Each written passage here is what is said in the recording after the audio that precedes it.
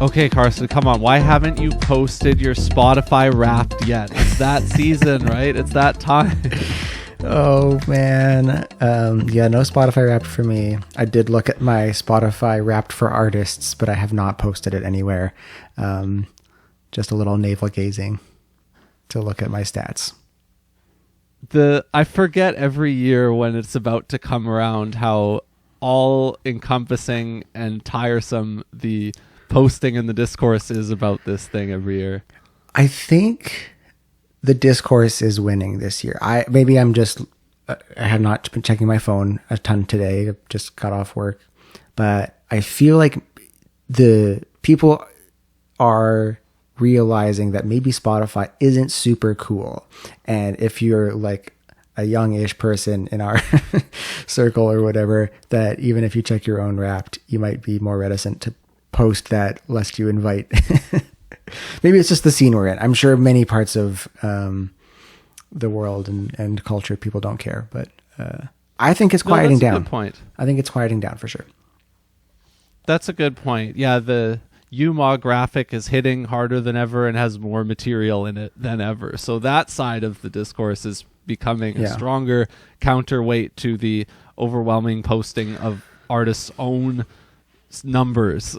yeah, totally. And I think like the Liz Pelly's book, Mood Machine, I think has really actually had an impact in culture outside of just artist communities. I think people are like starting to understand the harms here.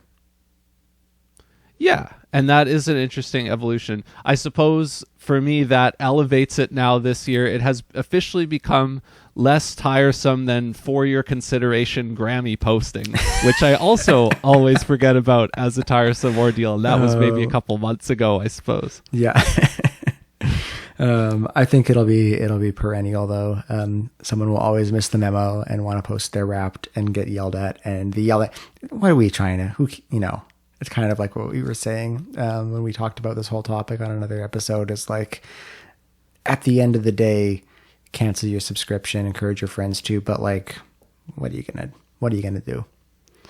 I guess another big difference this year is that noticeably the other platforms have stepped up their equivalents, right? Like more people are posting their Apple Music and YouTube Music versions of it. Yeah, the Apple Music one seemed to get better. This is my first year on Apple Music in a while, and I thought it was fine. It kind of tells you the key information you would hope. I think Wrapped, there was a few years where they were trying to get cute with the types of data they were showing, and so they would, I don't remember this year. I guess the Wrapped thing was like they put you into some sort of club based on your listening profile, and there was the year where Wrapped put you on a city that you're most aligned with, and everyone was like Burlington, Vermont. Right. Became a meme. Do you remember that? And like Apple Music just like dispenses with all of that. They were just like, you probably don't care about this, and you were probably interested in like the stats, like what are your top 5 albums and what are your top 10 songs or whatever, and it just gives you that nicely, which I still maintain not interesting, because you probably know what stuff you listen to the most. In my case, it's like running playlist. Of course, it's like the same 30 songs or whatever, and those are like my top songs. I would much rather be reminded of stuff that I seemed to really like for a week and then forgot about and I should come back to. For people who like things that do what they say on the tin, the Apple Music Rewind or Replay or whatever it's called, as opposed to Spotify Wrapped. What is it Replay or I think it's Replay. Yeah. Yes. So I do like year-end season though. I like the people making their lists of their top albums. I like people, reading journalists' top 10. Are you going to do? I am a big advocate of, I wish that people did year-end lists and published them in late January. I've gotten Todd Stewart to do that at Rhythm Changes 2 years in a row now. I'll see if he comes back for number 3. Oh yeah, I like Todd's articles. Have you ever done one yourself for like Vancouver jazz releases or Canadian jazz? No, I mean, the thought obviously crosses your mind, but out of all the things I could do, that doesn't seem like one that would really accomplish a lot for me. I mean, especially versus the amount of time it would take. Like, there's things I would rather spend that time on for sure, stories wise at Rhythm Changes. It's not really your journalistic voice to loudly proclaim, like, these are my favorites. Like, you don't really do that. You'll talk about music that you like, and that's worth attention. And you probably talk about stuff that's worth attention that you don't particularly like, and doesn't really come up in the writing. I will say, and I have put it in writing at Rhythm Changes, that I had a very clear favorite Canadian creative music album of 2023. It was Eclipse by Aline Homsey's Étoile Magique. That is a phenomenal record. And so if I was able to narrow down one for 2024, then I could pick one for this year too, and I could have a little album of the year thing going. But yeah, a list. No, I'm not going to do a list. No, you're not going to do it. Not going to do a top 10. Well, happy Wrapped season to everyone. You have some updates for us based on some material we've discussed in the past. What do you want to hit us with first? Well, the quick one is the most boring one, which is on episode 22, we talked a little bit about the Canada Music Fund in regards to the Canadian federal budget, which passed last month in November of 2025. We talked about a $16 million top-up to the Canada Music Fund that kind of grew out of the diminishing funds coming from the radio industry. And we wondered about whether that top-up was going to get kiboshed in future budgets, and on the other hand, there were industry groups advocating for a much bigger top-up. We didn't get either of those things. We got the boring thing, which is that the $16 million top-up got extended for 3 more years. So nothing new there. I mean, that's good, though. I think, a lot of the hand-wringing, thankfully, was for naught. And yeah, because I think the budget was already finished by the time people started worrying about this, right? Like, it wasn't like any concern would have changed the minds of what people working on the budget.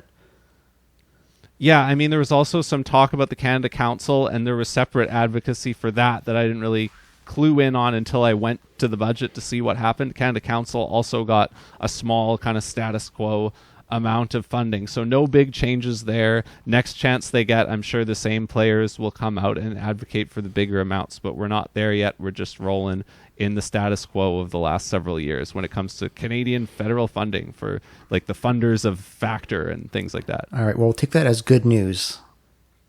Yeah, we can say it's good news because it wasn't a cut. But there's bigger news. I'm almost burying the lead by going back 2 episodes, because our previous episode to this one, which is one of the heftiest we have done to date, we had a commenter on that episode, and the commenter was none other than Laura Simpson, co-founder of Side Door, the company that we talked about for the entire episode. And out of that, we got one full-on correction, which is really cool, and I appended to the episode description itself for episode 23, but I will share with you what that is, and then some other new information that Laura was kind enough to provide in a long and detailed comment. So the correction is that, with Dragon's Den, a lot of the times when they shake hands on the show, money doesn't actually end up changing hands later, or doesn't end up changing hands the way that they say it would. And apparently that was indeed the case.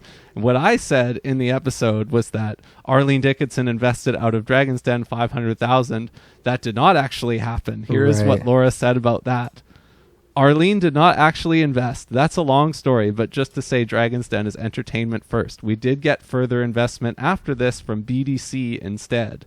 So that implies that, what I said wasn't exactly accurate because they didn't get the funding from Dragon's Den. I was also saying that was the last time Side Door raised money. Turns out, even though they didn't get that, they did raise more money from BDC, which may or may not be debt or equity. BDC is kind of like a bank that services Canadian startups. Okay. And so it might be a debt-based thing, or it might be an actual equity investment. I'm not sure. But either way, it sounds like that would have been the last investment in Side Door around the same time. All right. Man. Very cool that she watched and commented.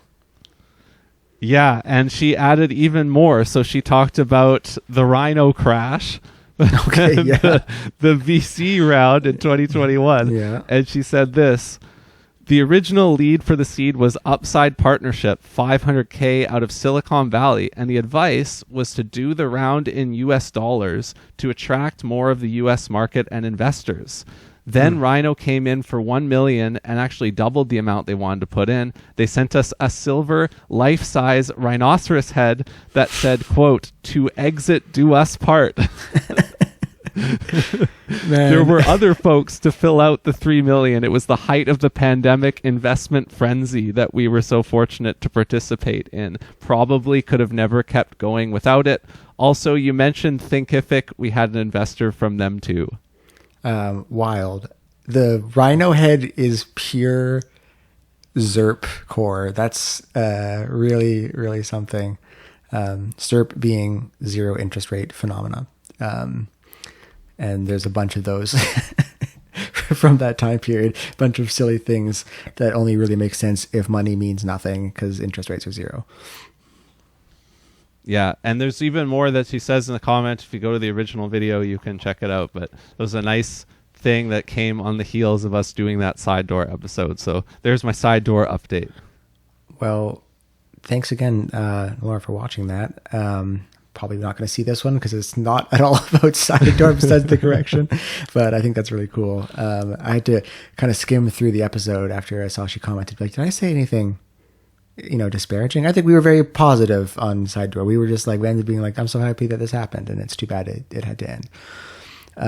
Well, that we went from our, most heavily researched episode, and it's a pretty tough act to follow when I got the call that I'm on this one. But I have a couple different kind of news and current events items to go over, and the first two fit into something that I have a theory that we are beginning the AI blowback. That as much as investment has kind of reached this fever pitch, that much of the public and much of, like arts institutions and whatnot are ready to begin to say like, no, thank you. This is something that we kind of talked about in our like AI music episode and AI art episode, where I think our conclusion was like, just no one likes this. We should feel safe to ignore it, or at least, don't prematurely give it more weight than it deserves by, pearl clutching and whatnot. And I think we're beginning to see, before I even get into any of these examples, have you noticed this as well? Do you think we're at some sort of tipping point or shift over the last month or two?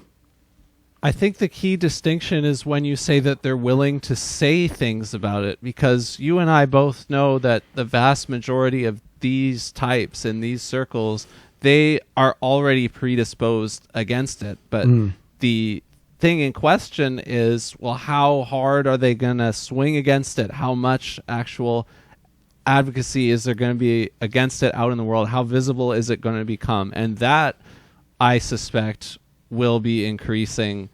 And I do buy what you're saying, and I do feel it. And this is kind of like what we were just talking about with Wrapped, right? Where we notice the change. It's that kind of change. Yeah. I think before I get into any of the specific examples, I also think there is mounting focus on the likelihood that we're in a bubble, that the AI stuff and all the rapid and rabid investment in it is maybe beginning to look a little bit like pre-2008 housing, where this is maybe warrants kind of more detail in another episode, particularly if this continues on its path. But this is, the attention to this has been drawn because Michael Burry, famously, who shorted the housing market ahead of this, he noticed, he's like portrayed in the movie The Big Short by Christian Bale, and he noticed what was happening, and he managed, how did they do that again? They like, do you remember? They like put together some financial instrument that like represented the housing market so that he could short it. That's probably a good enough summary for this show. Yeah. There was like, just to say I want to short the housing market would have been like meaningless. He like put together some financial instrument to do that. And everyone thought he was crazy. And then he, made enormous amounts of money when it did blow up. Michael Burry looks at this current state of AI investment where companies are reaching these, I would say, ridiculous valuations without a path to profitability. And a lot of cases, any sort of like revenue they're getting is this weird sort of like these like kind of revenue exchange deals where, Microsoft is paying OpenAI a whole bunch of money for its models, but there's a deal where like OpenAI can only use, Microsoft's like Azure web services. And so there's like this circular sort of money changing hands and these enormous valuations. NVIDIA is famously at the center of this, which is the company that's building all the chips for this. I don't want to get too deep into this. Suffice it to say, there's a whole bunch of rabid investment. The scaling laws that people are depending on, that if you just put more chips behind these AI models, that, scaling laws are kind of, it's not actually a law, it's kind of a theory, that this will just keep getting better and better, right? Like if you just 10x the number of GPUs you're using to train an AI model, they will get better and better and better until we reach some sort of super intelligence. That is looking less and less certain as time goes on. As we're building data centers, spending all this money, we might just get more clever chatbots, which is cool, but maybe not going to like completely upend the economy and change how everyone works forever and free us all from needing to work at all. So I think that's kind of an undercurrent where the corporate sector and some of the hopes about like progress on this stuff is starting to get a little bit shaky. And finally, I think some people are saying like, yeah, I'm not that interested in this. So I think the first example from the music world is an album. Are you familiar with any of the discourse or have you heard Rosalía's album Lux? I listened to it in the lead up to us talking today. Yeah. Am I familiar with the discourse though? Not really, but it is pretty apparent from one or two listens that I've done what it might be about, because it's a very striking album, that's for sure. Yeah. What would you like? What about it is striking to you for like a pop album? Well, it's very art pop. Mm-hmm. From a local perspective, I actually think of my friend Tegan Walgren, who performs as Walgren, if you've ever heard their music. Mm-hmm. I think this is all in the kind of Kate Bush and Bjork world for me. Yep. I think Bjork is directly involved in one of the tracks on this album, which makes a ton of sense to me. It's very art pop. It's very dynamic in a recording sense, in that we are not fighting any loudness war. This album goes from really soft to really loud in a way that will overwhelm you if you're used to listening to lots of music that is hyper compressed or I definitely noticed that. Are you familiar with Rosalía's music kind of before this record? Not at all. Okay. So Rosalía is from Spain, and she, I believe, has an undergraduate degree in flamenco music. And her sort of, I guess in this program she was in for flamenco singing, her kind of final project was an album, El Malquerer, which is maybe still my favorite album of hers. It's really good. It's blending lots of very traditional flamenco sounds with more kind of traditional contemporary like hip hop, pop music influences. There's like 808 bass lines, but there's there's also just flamenco guitar and flamenco clapping rhythms. And Rosalía's voice is like, I mean, you've heard on this album, she's like an actual pro. Flamenco singers can tango with the best of them. So it's, she can really do it. That's what was kind of her breakout. I think like Pitchfork picked up El Malquerer, probably was where I first read about it, and I've been a fan since. Her next album is called Motomami. and she takes the El Malcarer formula and goes a little more just in like the pop direction. It's Otomami is basically a reggaeton album, so it feels very Caribbean. I believe there's like features of kind of Caribbean artists. It is very solid. That got her a lot of success. I think a lot more success than El Malcarer did. And this album Lux is very, very different from both of those. So, like you said, it's very dynamic, and I think part of what contributes to that is it's really largely arranged with a classical ensemble. It's actually the London Philharmonic that she recorded with, and they're like all over the album. It's great arrangement and orchestration. You familiar with Caroline Shaw? No, actually, I just looked it up too. Yeah, London Symphony Orchestra. Oh, London Symphony Orchestra, not London Phil. Yeah. Mm-hmm. Yeah, and there's different languages too. She sings, and I believe I've heard both numbers. I think it's 13 different languages. Some people said 14. Yeah, that's wild. That's if you add up like a bunch of lines and snippets, right? Like it does sound like it's mostly in Spanish, but there's so many different bits included. There's Spanish, there's English, there's German, there's Japanese. Japanese, I guess, was the one I noticed, and then I think I noticed something else, and I was like, okay, wow. Yeah. There's German. That track Berghain is a chunk of that is in German.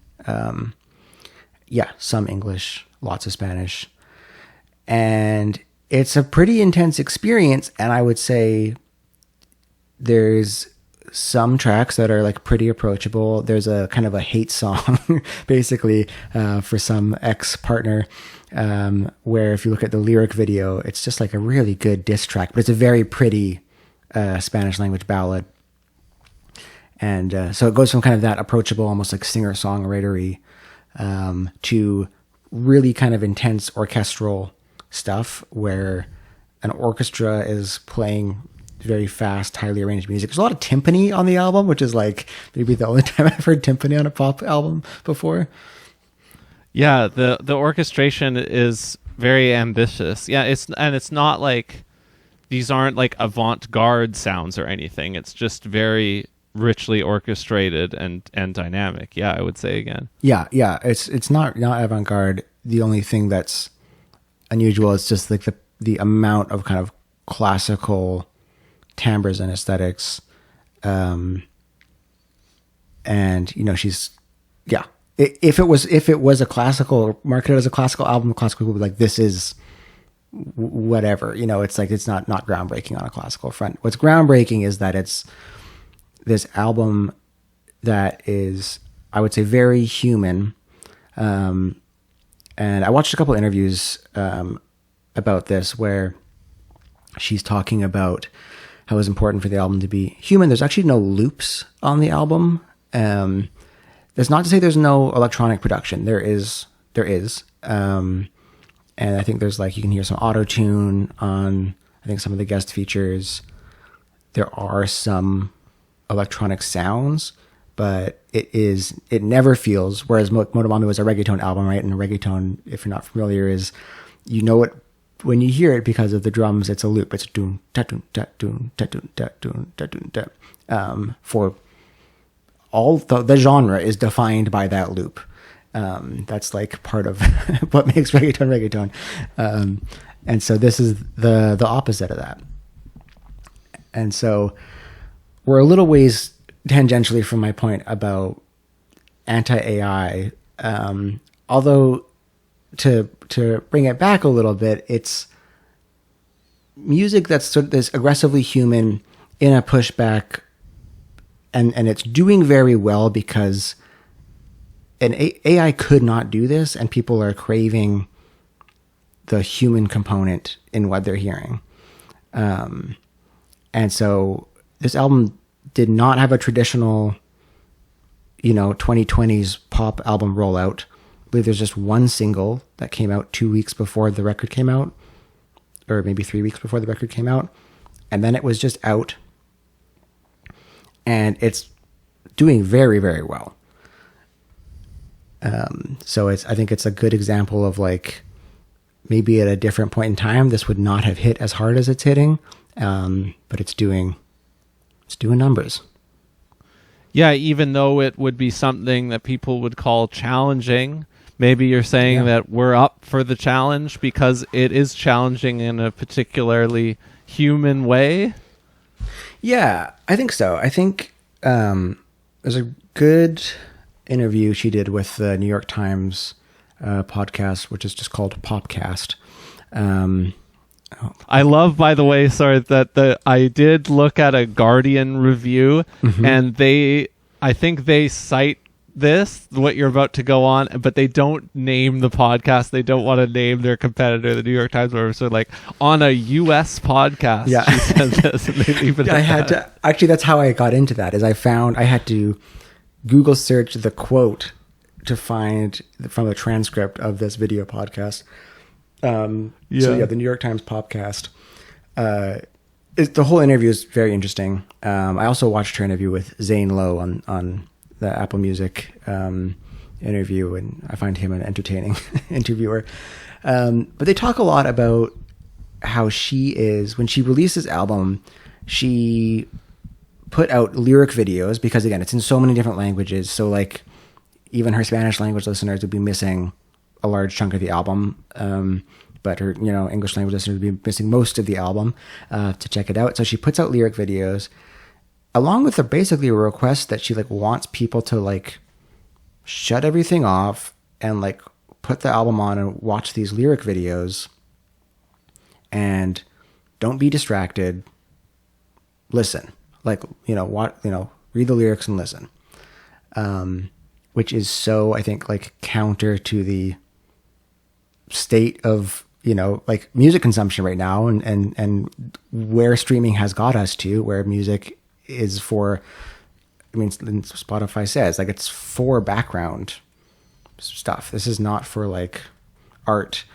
It's something you can put on and forget about, something that you can like autoplay or shuffle, and to have an artist go like, no, I like want to I think I want you to like put some work in here. I want some friction, which is another thing we might end up talking about when we talk about Filter World soon.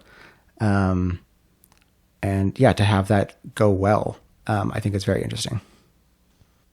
Yeah, and it is absolutely laudable for us and the things that we're trying to do with our own projects. We want something like this to succeed. I could see it winning a lot of awards and getting a lot of prestige that way. I don't know where it sits in the Grammy eligibility. I bet you it would be at like the 2027 Grammys at this point. So I don't think we're getting this at the Grammys coming up, but maybe it'd be interesting at the 2027 Grammys to see about an album of the year situation. It's probably going to get on a bunch of people's lists, or it probably is already doing that because of how ambitious it is. It is a weird listen. It is a challenging listen, again, like not in an avant-garde way, but just in the sense of there's so many different things lined up, and there's not a cohesive concept really that I could pick up on of what it's trying to be. I'm sure you could come up with one after spending a lot of time with it, or from her side, I'm sure there is one. But like for me to grab onto,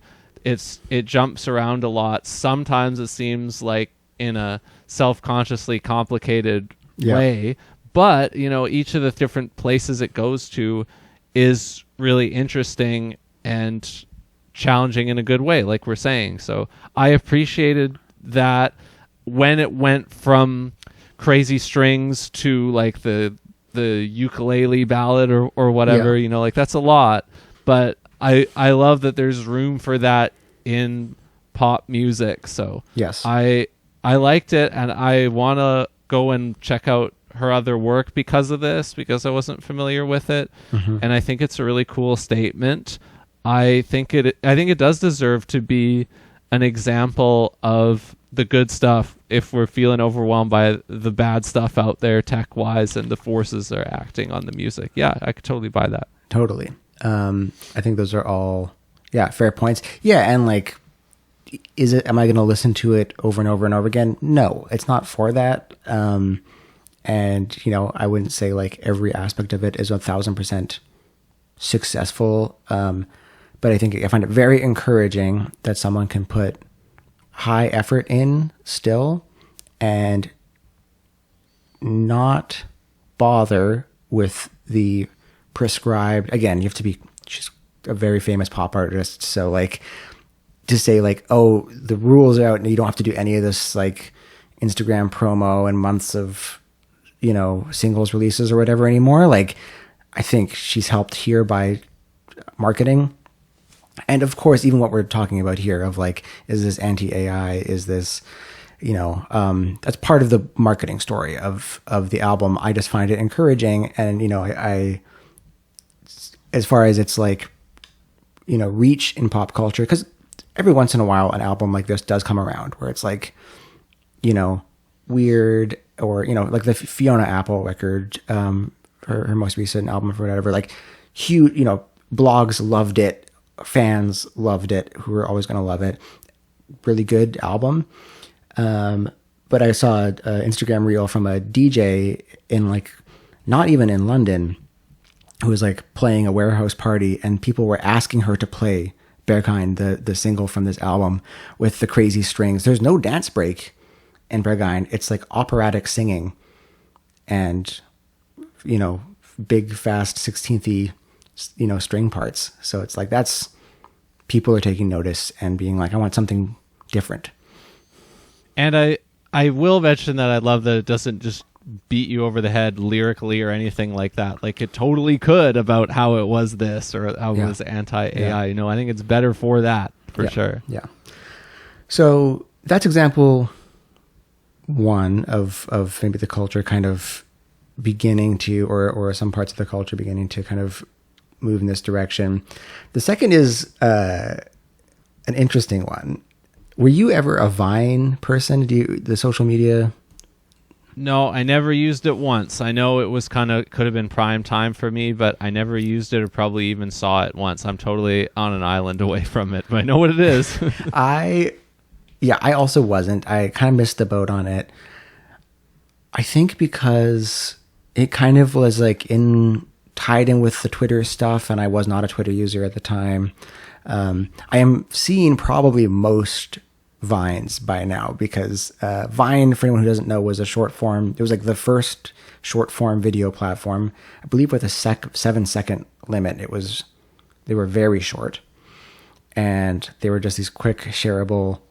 They had to be kind of stupid because it was like the early 2010s or the 2010s, and you can't do much in 7 seconds. And so there's now, YouTube is full of Vine compilation videos, and I've probably seen every one that's worth seeing. Vine was shut down at some point, I believe. Just, you know, was beloved, but probably not actually that popular, and probably didn't make a ton of sense. I think Vine I did not check on the business relationship here, but I think Vine was like either acquired by Twitter or owned by Twitter from the outset. And so it was kind of just like Twitter going like, we support videos on the platform anyway, you don't need Vine, shut it down. And lo and behold, Jack Dorsey, Twitter's original founder, has funded an app called DiVine, or spelled Divine, which is an explicitly AI-less short form video platform. Had you heard about this? No, I hadn't heard about this. I was also just looking at Vine, which was acquired by Twitter very soon after founding. So yeah, okay. For its entire life of 4 or 5 years, basically, it was owned by Twitter until Twitter shut it down. But no, I hadn't heard about Dorsey's new venture. But immediately my question is how he could maintain that, like how you could detect and maintain that. Seems like a hard problem. I'm sure there are tools being developed in tandem and kind of like an arms race style in tandem with the generation tools. But yeah, it seems hard to maintain. It is going to be tricky for them to maintain. To answer that immediate question, they are using an open source kind of protocol for doing... God, how technical do I want to get with this?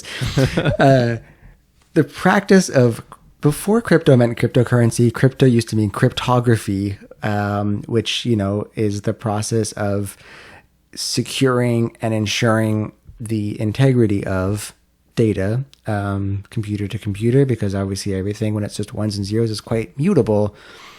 And so there are these ways you can ensure a file has not been modified, or, that it's really owned by who it says it's owned.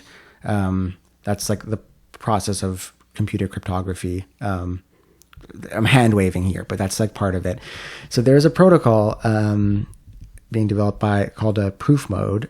And so proof mode is going to be an extension of, this is going to get a little wonky, so please bear with me, a protocol called Nostr. We haven't really talked too much about sort of the decentralized internet, like, Blue Sky, Mastodon. These are social media platforms that are distributed and they use a protocol rather than like a centralized server system. Well, isn't it worth mentioning, too, that Jack Dorsey founded Blue Sky and then left? And, of course, Blue Sky is still running. But, yeah. He started something like this before. Yes. Dorsey is also, if not the founder, like a significant contributor and investor in Nostr. So Nostr and ActivityPub, which is the other big one, are, I believe the ActivityPub's biggest kind of platform right now is, Mastodon, but also Meta's Threads. These are proposed solutions to this problem of internet centralization, where, you log into Facebook, you see a bunch of junk that you don't want to see, and you're being advertised to, maybe by advertisers you don't want to see. You can't order your feed in the way you'd like to.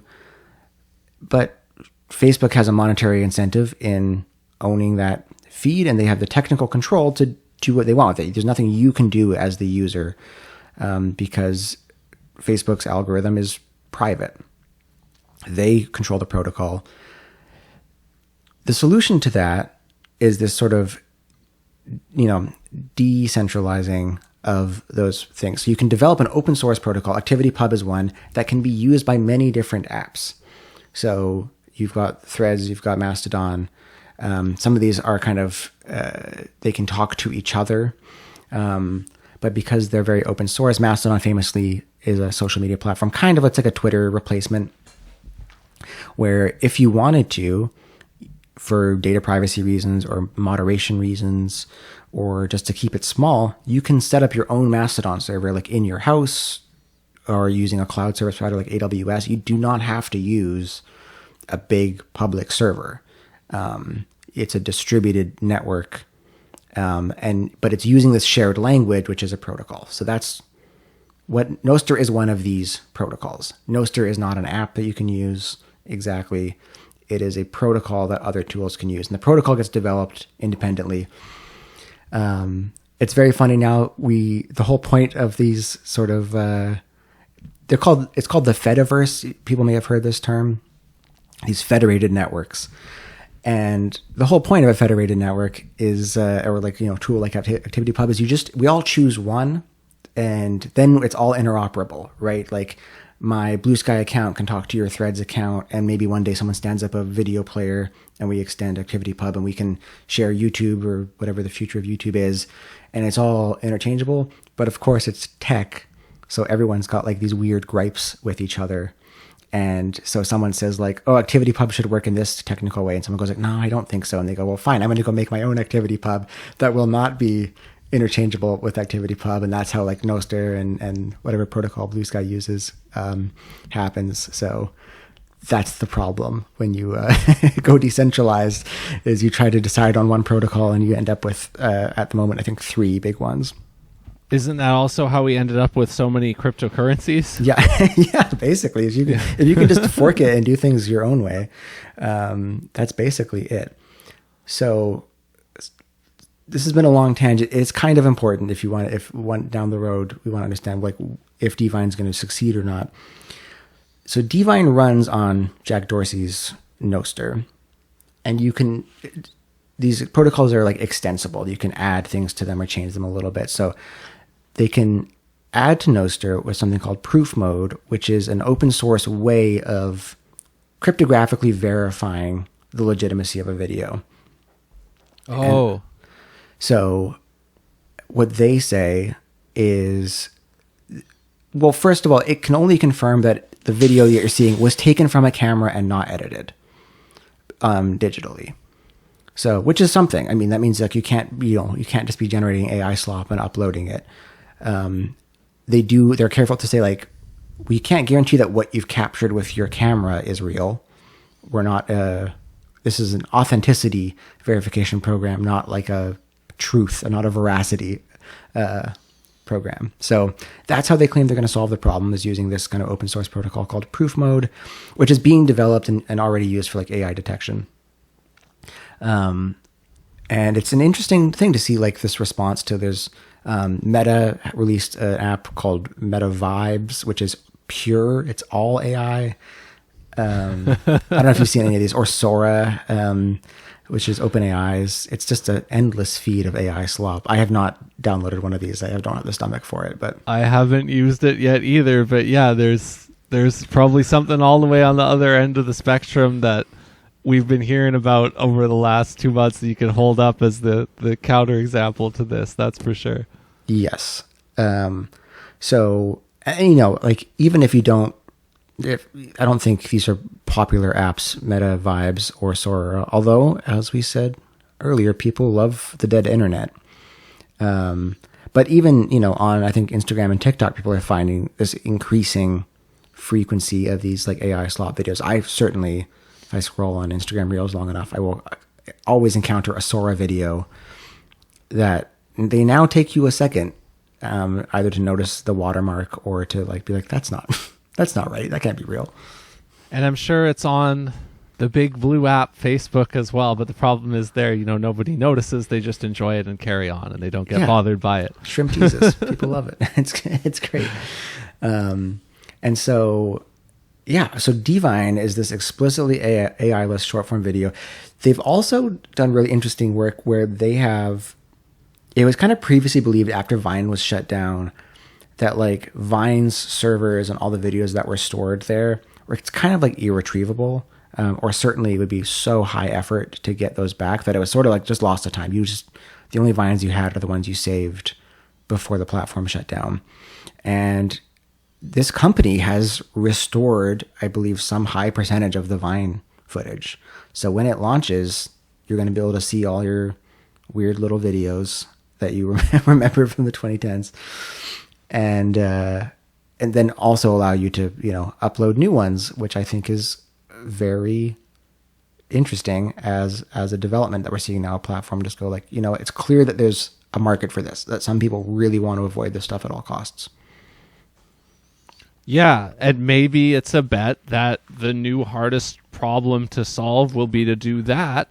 And if we can do that and we have a decentralized tool for doing so, then we're going to have a hand in like whatever generation of platforms is coming later after everybody is fed up with all this, and they're going to want this to be the way that we moderate all future versions of what we know as social media. And we can set a standard here, and we have to go and build a new platform to do it. And so this is more clever and more opportunistic to revive something that people already know and like and remember nostalgically at this point in Vine, to try and do something like this rather than starting a new platform from scratch, which is going to have a hard time getting adopters. I mean, you said earlier that this is the solution, is to have this way of going about it with decentralized tech and with these things. I mean, I would push back that isn't the solution on its own. The solution is that you have to have the most used platforms be architected this way. It's not a solution alone to just be able to do it on a new platform. The solution is to actually have those platforms be the ones that get used. And we are so far away from that it seems almost impossible to imagine most of the time.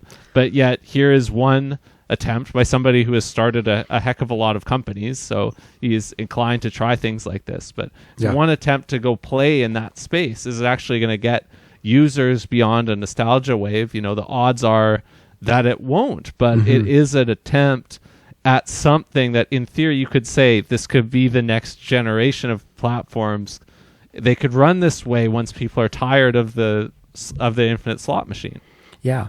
I think that will be really the test, is if these slop apps, or even just the legitimate, TikTok does not have to be filled with slop. It just is becoming filled with slop because of how their algorithms are tuned. And again, people, I think, on net over the whole broad spectrum of the planet don't actually mind looking at slop. And so it just gets reinforced that like, you're going to watch, these Italian brain rot videos. Or have you seen Italian brain rot? I know what it is, but okay. I have not really watched the videos. You should not. Don't bother. Okay. You don't want to bother. In fact, it almost feels like a virus where if you watch one video, my whole feed turned into Italian brain rot for like a few days. Which is just it's just AI generated things with a Italian voice saying a silly name for them. This is not good.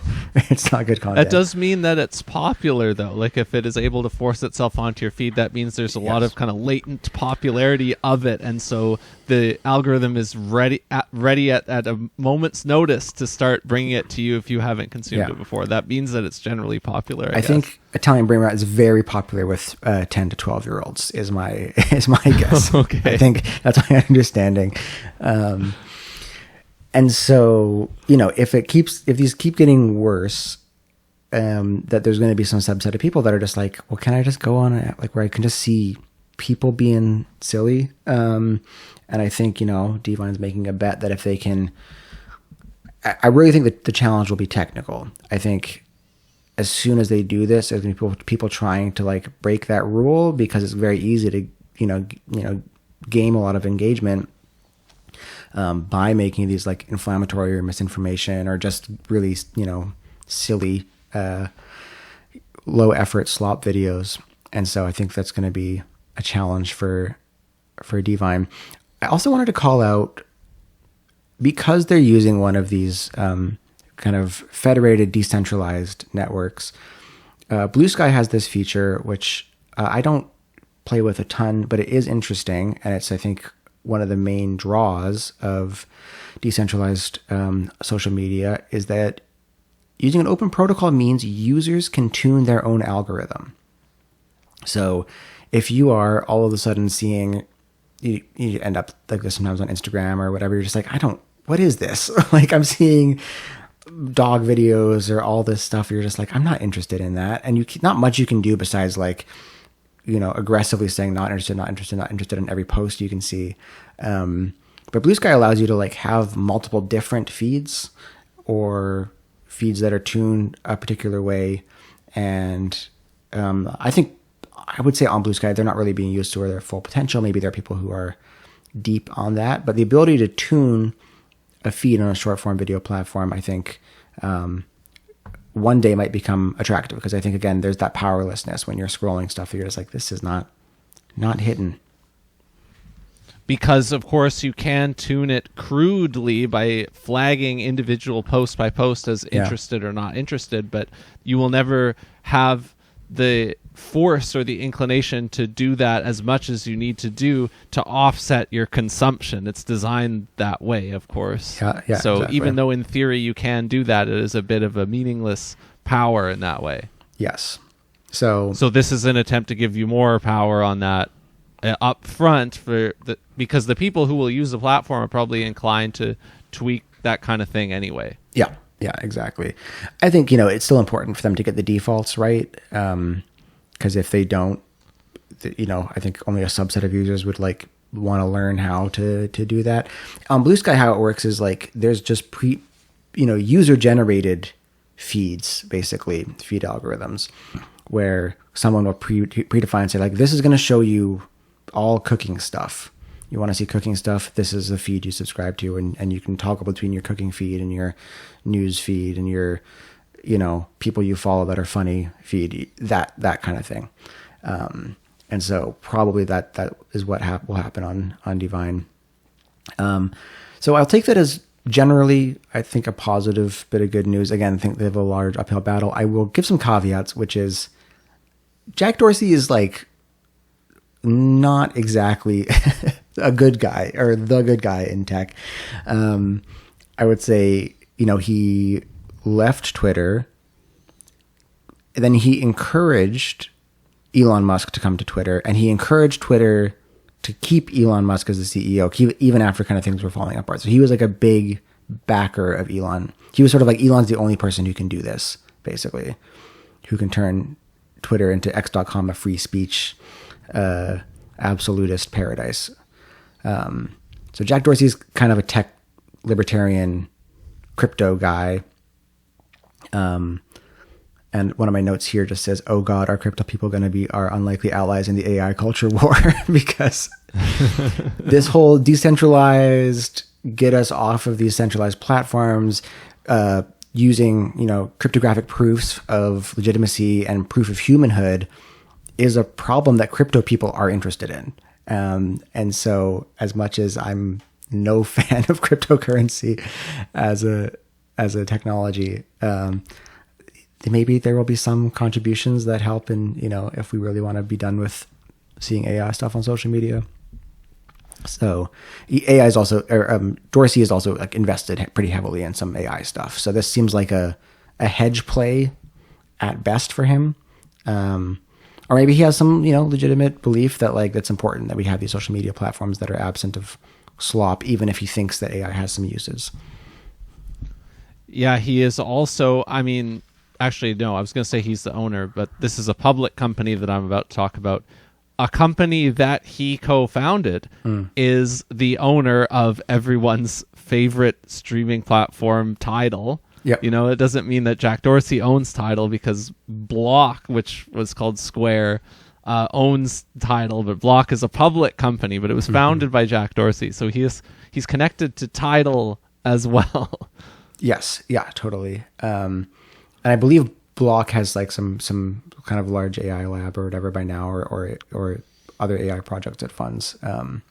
So this is certainly not like an anti-AI advocate who is doing the Lord's work by doing this. This is someone who's making a bet that this company could succeed if they bring Vine back and say, run wild, no AI, and we think we can fairly easily prove that you're a person uploading this. So, we'll take it as lightly encouraging news. I feel like this podcast, we lean to doom scrolling. So I wanted to add a little bloom scroll before I have one more doom item. Yeah, I don't think I'm going to use this platform because I don't have a nostalgic connection to Vine either, but I could see it having a moment of appeal or a wave of nostalgia for sure. And you don't really watch you're not a short form video scroller. You're not a... No, I'm out of the loop on all these Vines compilations and stuff, like you were saying. I'm not with you on that. But you don't use TikTok or Instagram Reels or anything like that. You don't have the disease. Good. Not really. I have some other disease probably, but not that one. No, that's good. I think there's a fair amount of people who enjoy scrolling something like TikTok or Instagram Reels, and if the experience felt more like using TikTok or using Vine from back in the day, which again, that's probably nostalgia. I think all of the short form video content is not good for people's mental health, and maybe we should all just pick up a book. But I think there will be some, a cohort of users who like doing that and just hate the slop. Yeah, and it's the right time for the nostalgia. It's just been the right number of years, probably. Yeah, totally. The last kind of quick hit I think we'll hit before the end is a piece of less good news, which is that WhoSampled. Are you familiar with WhoSampled? No, I wasn't familiar with it until I heard about this story. No. So WhoSampled has been acquired by Spotify, and WhoSampled is a, and we hope it sticks around, a really good resource for music producers or just fans of music as well to check and catalog what samples are used in music. And as a sampling nerd and someone, when David Lavoie and I did the Chill Evans project, which was largely sampled music, we would sometimes start by hearing a song that we liked, and you go like, what is that sample? And you would check on WhoSampled, you'd pull up a song, and some nerd before you would have gotten there and said like, oh, it's this obscure 70s record, and you would look at that on YouTube, and then you would just chop it up yourself. So does it reference if you take a current song and it will tell you which samples of previous popular songs are in that current song, or is it the other way around, or both? It's both directions. Both, okay. So it's what's so fun is like there is this web, right? So then you would also have like 90s hip hop songs sampling like 60s, 70s, 80s records. And WhoSampled, it will tell you the exact timestamps of where the sample occurs. So it will say like this sample occurs at like 34 seconds in this. But then it will also say, so sometimes we check one of these hip hop songs that has sampled an 80s record, it'll say sampled these 3 songs, and then was sampled in, because now it's been 20, 30 years, it's been sampled again in another beat, another generation. Totally. And so you can like do these like sample lineages, and sometimes what you're hearing, you go like, oh, what's that sample? You're like, oh yeah, it's that song from the 90s. And then you go like, but are the horns in that song from the 90s? They recorded horns? Like, no, that's a sample. So you go like, a couple layers back to find the actual original. It's a very cool catalog of samples. And I think there was in this like niche music producer community that I loosely follow on social media, widespread concern when Spotify acquired it, because I think the main concern actually that I saw originally is, Spotify is now very cozy with the major labels. The major labels have at best tolerated sampling, and in the past been completely intolerant of sampling, but have kind of now reached a, as long as they're not losing out on tens of thousands of dollars, they're going to just let it go. And then if a song is popular, they will sue and get their due. But this is basically now like just automated crowdsource snitching for the major labels, right? To be able to see like, get this data en masse. And like, I don't really know how much it's worth it for the majors to like chase down people who have sampled something that's unlicensed. It just, I think, made some people nervous, or certainly it's against the ethos, certainly, of WhoSampled to be owned by Spotify. Okay, so yeah, there's like 3 different concerns. One concern is like beloved platform gets enshittified after getting acquired. Mm-hmm. Other concern is what the data will be used for legally.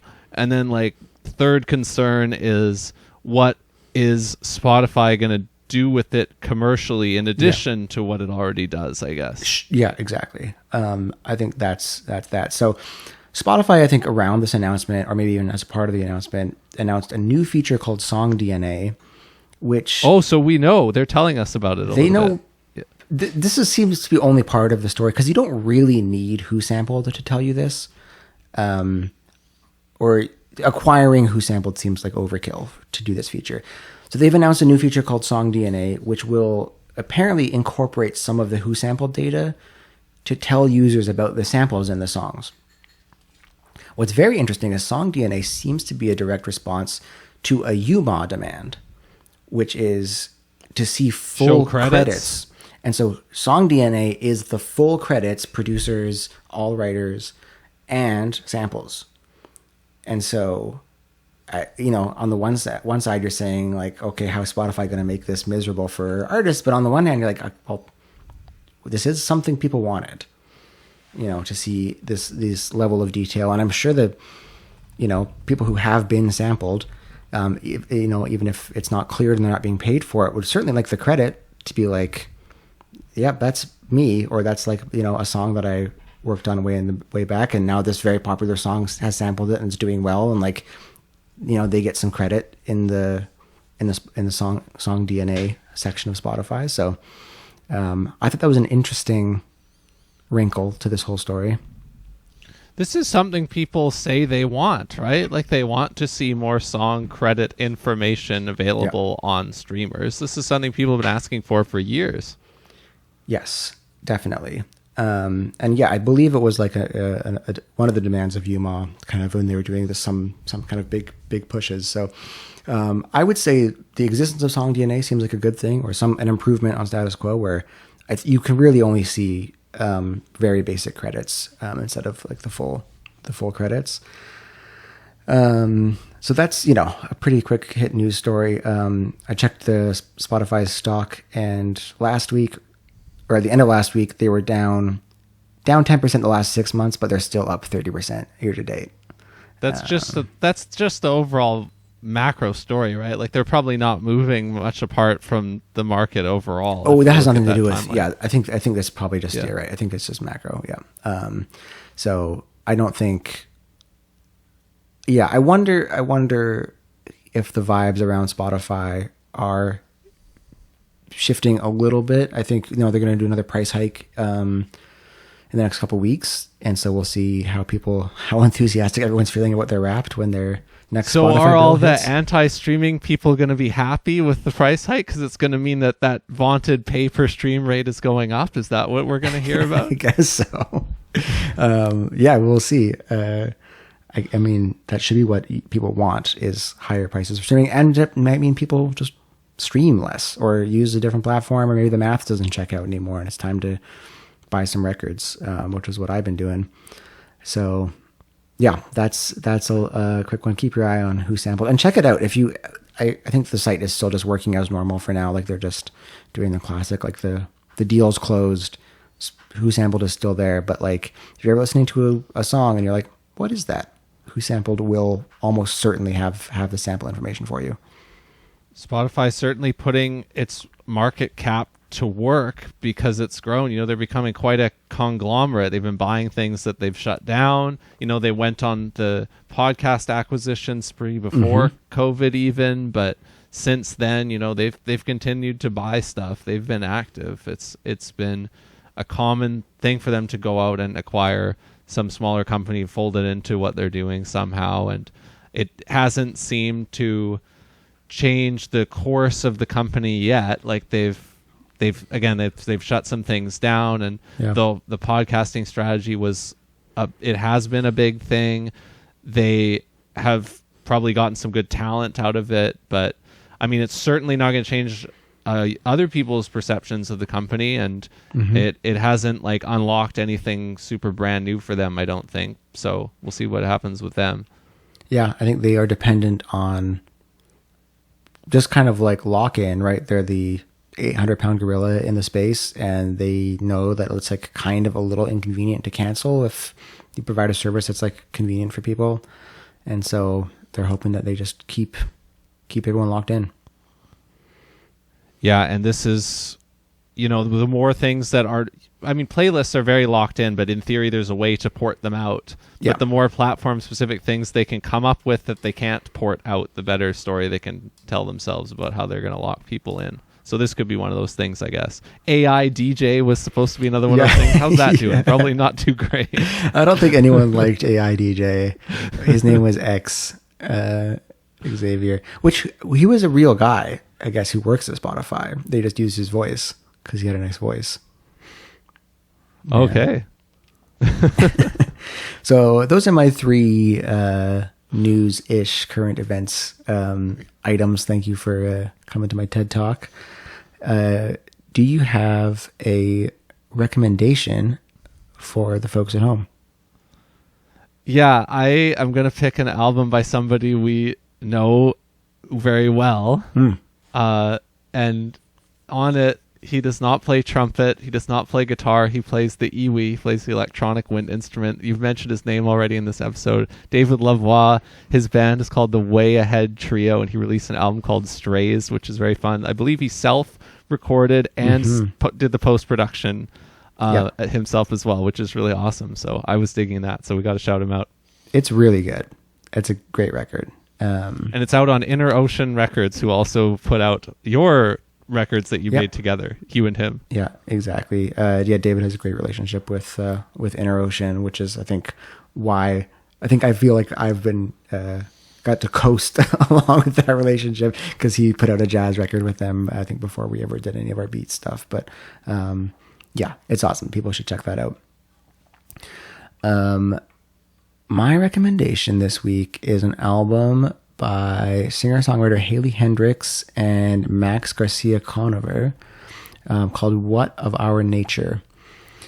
I'm not familiar with Max Garcia Conover, but Haley Hendricks had certainly a pretty big moment as a singer-songwriter a couple years ago. I think had a Tiny Desk concert. I think maybe got famous doing a Tiny Desk contest and did not win that year, but kind of got known and then came and did it eventually. When her album did really well. It's just a really beautiful album, really good writing, some good, I think it's inspired by sort of a Woody Guthrie style performance. And so, yeah, it's very good. Some good protest music, some just pretty music, some sad music, worth checking out. Man, this has really been let's hide from Wrapped season together. It's funny that we started out with that. That's what this whole episode has been. It really set the tone. That's good though. That's what I was looking for. So absolutely hiding from Wrapped season.